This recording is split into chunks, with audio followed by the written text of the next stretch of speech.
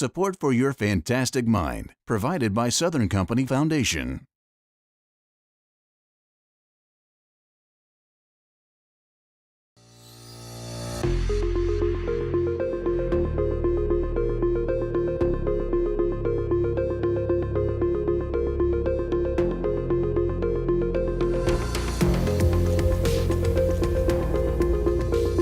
Welcome to Your Fantastic Mind. I'm Jay Watson, and welcome to Sawney Dog Retreat in Douglasville, Georgia, where dogs come to spend the day or longer and play with their pack of friends. We have long called them man's best friend, and we certainly invest in this relationship. Americans spend close to $100 billion a year on our pets, and a big chunk of that goes to our dogs. Many owners say they spend more on their dog's health than their own. We do it because we love our dogs. They provide us comfort and companionship. They're always happy to see us, at least we think so. Which brings us to them, our dogs. How do they feel about us? Do they love us, or do they love that we feed them? Are they jealous? Can they do math? This week, we get a fascinating glimpse inside the brains of our dogs and learn the sometimes surprising answers to these questions.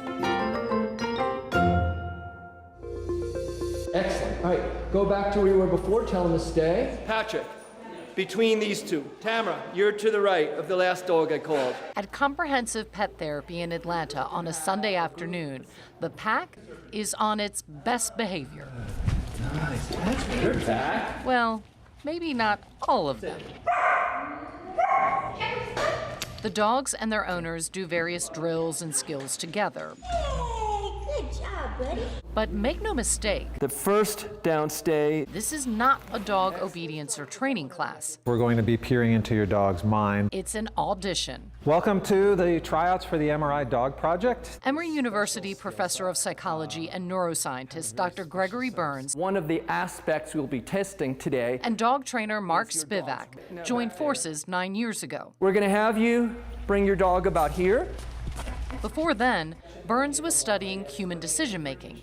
But then this happened. Today there was a report that those 24 Navy SEALs who moved in on Osama bin Laden in those 40 minutes had help from a fearsome colleague. Osama bin Laden was killed, and on the mission with the 24 Navy SEALs was a dog named Cairo. I saw these photos and this footage of these dogs jumping out of helicopters and wearing, goggles and ear protection. And I'm probably the only person who saw that and said, if dogs can be trained to jump out of helicopters, we could probably train them to go into MRI scanners.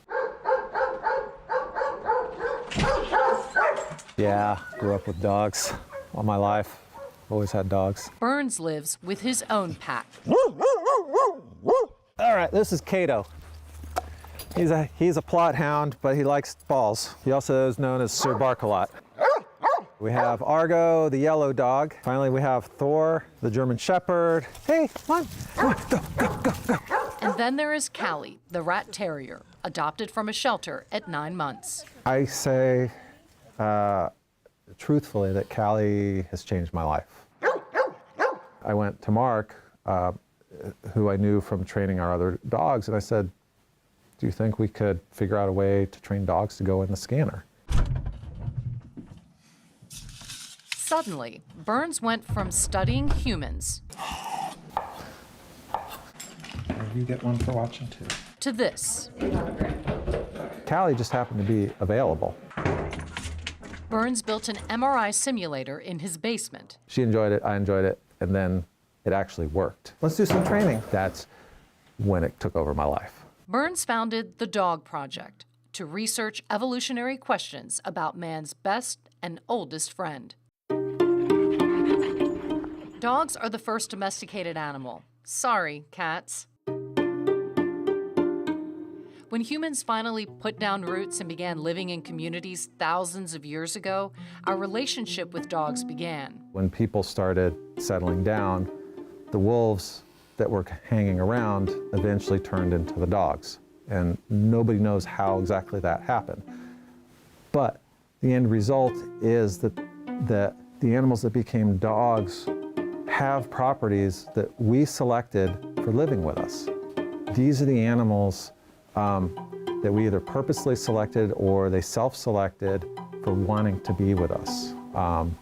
First, probably for the food that we gave them, but very quickly for companionship. Researchers have found graves of early humans buried with their dogs. This is a 12,000-year-old tomb from North Israel showing a woman with her hand resting on her dog.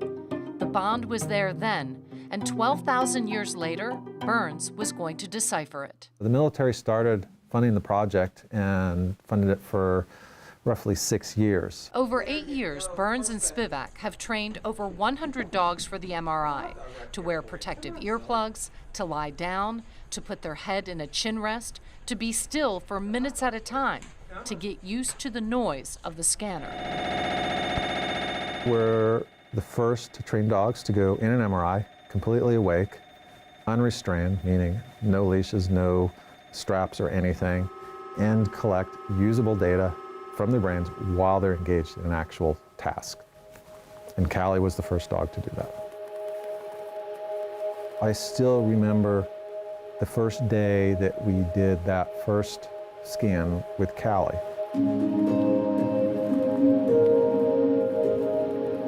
We judge dogs by breed, by their looks, by their behavior. Burns' research eliminated the external, going straight to the ultimate source, their brains, discovering the truth of how dogs see, interact, and feel about the world and us. They perform jobs for us that no other animal does. They detect explosives, they detect drugs, they search for missing persons, they detect bodies, they detect cancer. We ask them to do all sorts of things. And so, again, we don't know how they're doing it.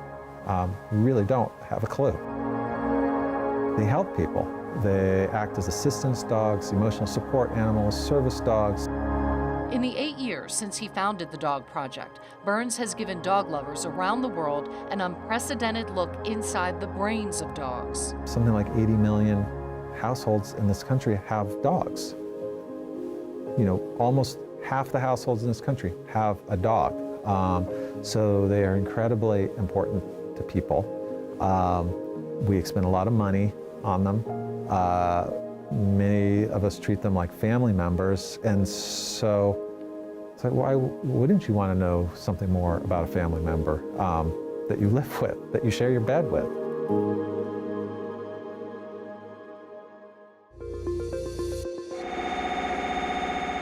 While making the switch from human to dog neuroscience made sense to Burns, it was not initially celebrated by his peers. My colleagues, though, thought, yes, this was crazy.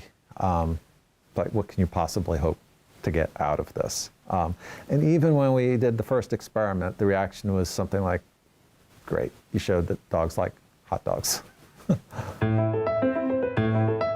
Burns and his team have shown much more than that by decoding dogs' brains one study at a time. What they have learned paints our family pets in a whole new light.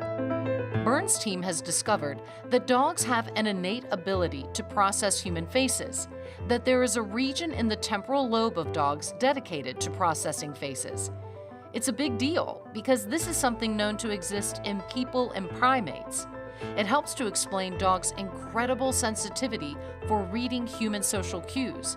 Distinguishing faces is important for social creatures, and dogs are social. I've had many dogs, it's like, who isn't their friend, right? Everyone's their friend. Looking at dogs' heightened sense of smell, Burns and his team learned that a dog's brain responds strongest to the scent of a familiar person rather than to scents of familiar dogs or people they don't know. This speaks to the powerful connection between dogs and their people. Burns and his team even looked at if dogs are jealous, measuring activities in dogs' amygdalas, an area associated with arousal. What they learned is that jealousy depends more on a dog's temperament, with more aggressive dogs showing more jealousy. Hi, Loki. You having fun? You want to sit? Burns also studied dogs' ability to understand language. Many of us think our dogs know what we are saying. Good girl, you're so sweet. Oh, yes, baby. What words does she know? She knows I love you. She definitely knows that. She definitely gets a smile on her face when I say that. Really? Yeah, she does. Girl, good girl. They understand what? So if I say, do you want, they know that follows something. Like, do you want to go to the park? Do you want food? Do you want to go outside? Hi, guys. It might be just like the way I say it, how my voice goes up. You're such a good girl. Or it could be they know the actual words. I'm not sure. Our dogs seem to understand basic commands. So Burns and his team taught dogs the names of 2 new toys, words they hadn't heard before, monkey and piggy. In the MRI, Eddie, a golden retriever lab mix, was one of a dozen dogs who saw their owners hold up the toys and say their names. Then the owner spoke gibberish words, such as babu and bodmik, holding up other toys. The surprising result is opposite of humans. We recognize gibberish and don't try to understand it. But the dogs showed greater activation in regions of the brain to the made-up words instead of the trained words. This means dogs can tell the difference between words they've heard before and those they haven't. Burns says their heightened response to gibberish may be because our dogs can tell we want them to understand what we are saying, and so they try to do that, figure it out. And did you know that dogs can naturally count? They can't count to 10, but they have an innate sense of how many treats you put in their bowl. Burns and his team showed dogs different numbers of dots on a black screen. The dogs' brains recognize the change in the number of dots. People and primates have a dedicated brain region for quantities, and it looks like dogs have one too. Burns says it's the strongest evidence yet that most mammals are born to count, if not do higher math. They also discovered that you can predict which dogs will be good service dogs. Dogs who had more activity in the brain region that has the most dopamine receptors, the caudate nucleus, made better candidates. Those dogs also had less activity in the amygdala, the part of the brain associated with fear and anxiety. So, our dogs process faces, know some language, respond strongly to their known people, experience jealousy, and know if you're giving them extra treats. But Burns and his team went to the place closest to dog owners' hearts. They wanted to research love. Do our dogs love us, or do they love that we feed them? First question is, certainly I've had, and everyone I know who has dogs has, is, does my dog love me? Not just for the food I give them, but do they have kind of anything like an emotion that we would put the label love on? For this neuroscientist, the love study was personal. His name was Newton, Burns' dog of 15 years who died in 2010. He wasn't particularly obedient, and he was just kind of a clown, but you know, he slept in my armpit every night. That's where he slept. I missed him, and I kind of wondered, in retrospect, kind of what he thought of me, kind of what that whole thing had been about. You know, what were those 15 years to him? Was I just the person who fed him and kind of kept him warm at night, or was it something more? Burns said about answering something most dog owners have wondered at some point. Is it me or the treats? For his study, the team did experiments with 15 dogs. Dogs were shown a hairbrush, a toy car, or a toy horse. They were given hot dog after one object, praise from their owner after another, and nothing after the third. The results of the study showed that 13 of 15 dogs' brains were stimulated by praise as much or more than food.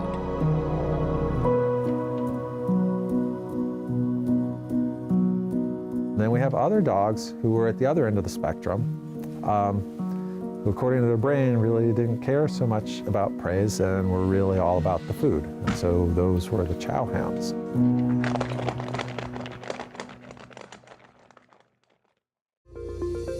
What about the small dog, the next to last dog? Which brings us back to the audition. Millie, come. Good girl. Why would these dog owners want to undergo all this training for their dogs to go into an MRI? And I just want to know what is she saying? What is she trying to tell me? What is it you're thinking when you chase the gardener when he's blowing the yard? I would say, who's your favorite? Who does he love more, mom or dad? I would like to know what makes her so constantly joyful, because she's always in a happy mood. So we use the command coil. In order to get those answers, their dogs have to do well on assessments. That's great. Show promise. Some do, some don't. So it's more a test of anxiety or absence of anxiety. If you're invited to join the project. After tryouts end, it feels a bit like Survivor. I gave her mostly 4s and 5s. A bunch of dogs are getting voted off the MRI island. I gave him a 0. We can't have them like flip-flopping around. Some, like Riley the Golden, aren't written off completely. In my comments, I wrote immature but potential. Zoe. I mean, she did really, really well. Zoe the Doodle is a standout. She's already a trained therapy dog. Yeah, I think there were very few weaknesses with Zoe. Hey, high five. Yeah, good girl. Yeah, thank you. You so good. You so good. So the experiment is really simple. It's really just what's called classical conditioning, which is the same as Pavlovian conditioning. And we're going to hold up objects, and after each object, something's going to happen. It'll either be food or praise. Every time a truck is held up, Zoe's owner, Danielle McAfee, praises her. Good girl, Zoe. Every time a toy horse is held up, Zoe gets a bite of hot dog. And every time a hairbrush is held up, Zoe gets nothing. We'll do one more round. There are a few hiccups, but overall she does well. There is more training before the real thing. I mean, dogs are just fascinating. They're just amazing creatures, and we can't speak to them. So I just really wanted to know a little bit more about what's going on in her mind.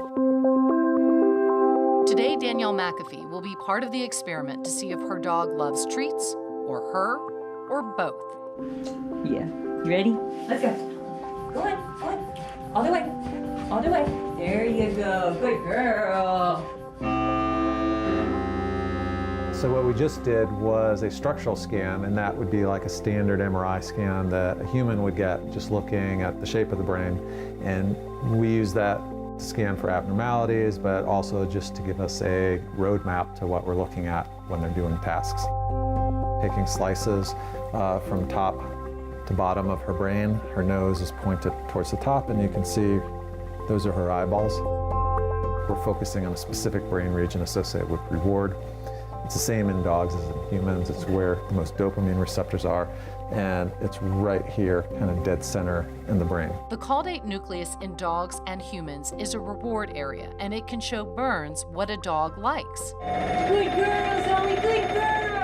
As Zoe does the experiments, Burns is measuring which parts of her brain are activated. Beautiful. Good girl! Yes, you did so good. Danielle will find out if Zoe loves treats, or her, or both, in a few days. Humans created dogs, and by the same token, also created their suffering for when we abandon them.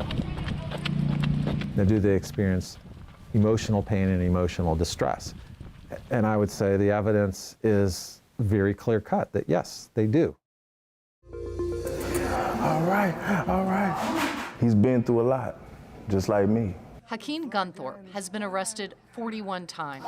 Good boy. A couple drugs, possessions, theft by taking. That's a good boy. You want to stay lights out? This time he thinks he can make it on the outside, in part because of Comet the dog. See, Comet comes from a tough background like myself. He was abused, misused, and abandoned. Hakeem is Comet's handler in the nonprofit program Canine Cellmates. We are a jail dogs program operating here in Fulton County Jail. What that means is we pull dogs from an open intake shelter where they're at risk of being euthanized. We move them over here into the jail where they live 24 hours a day with inmate handlers. It's a training program, so we have training classes 5 days a week, led by a certified trainer. The men are given the tools necessary to be able to train the dogs in basic obedience. See? Good boy, good boy. Dogs in shelters and the people incarcerated are abandoned by society. People would rather not think about them because they're uncomfortable things to think about. We have 6 beautiful dogs this cycle. For 10 weeks, the inmate handlers and the dogs work together, live together, learn together. There's something special about this time, the whole learning, the positive reinforcement, the reshaping my behavior, the dogs as well. It works for humans. This program is a volunteer-driven organization. Today is graduation day. You ready, buddy? Let's show these people some things. Wait.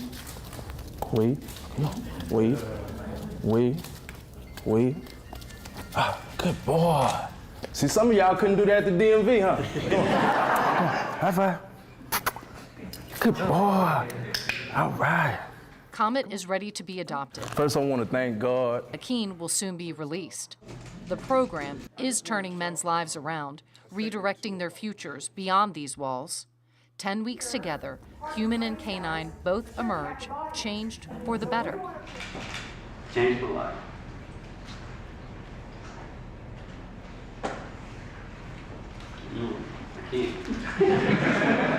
Canine Cellmates saves people and dogs. Dogs are magical beings, in my opinion.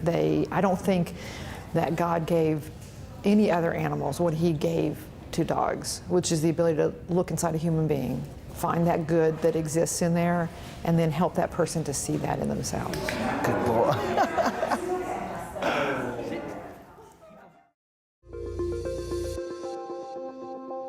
You want to know your results? You want to know?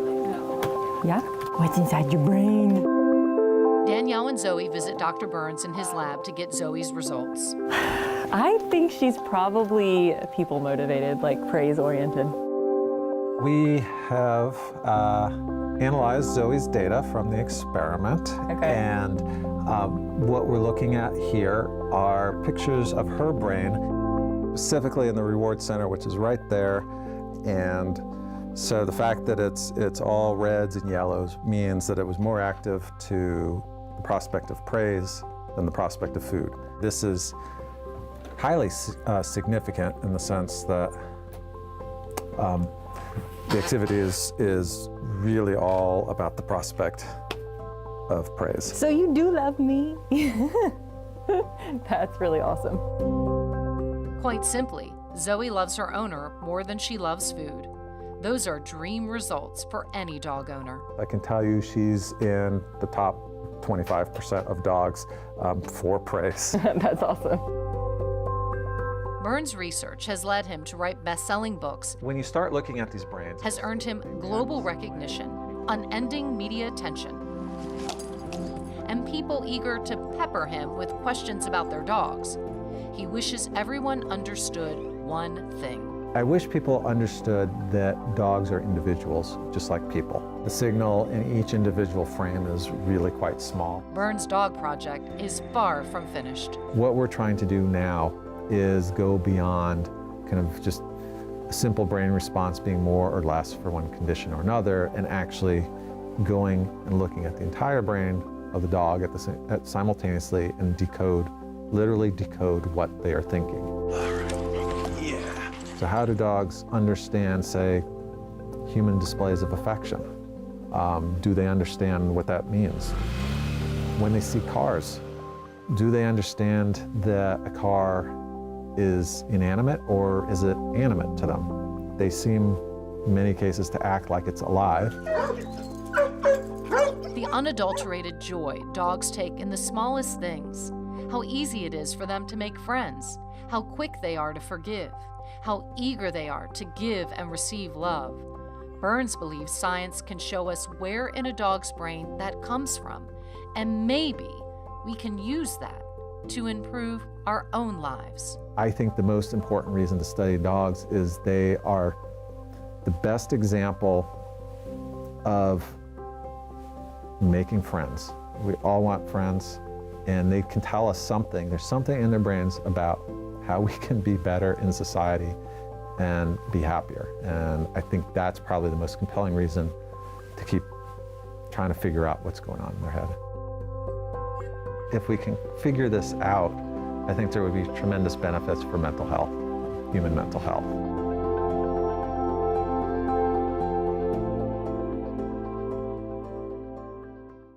Dogs are part of our families, and science is showing their intellect and ability to connect with us and other animals is something from which we all can benefit and learn. Signing off from Sawney Dog Retreat in Douglasville, Georgia, I'm Jay Watson. See you next time on Your Fantastic Mind.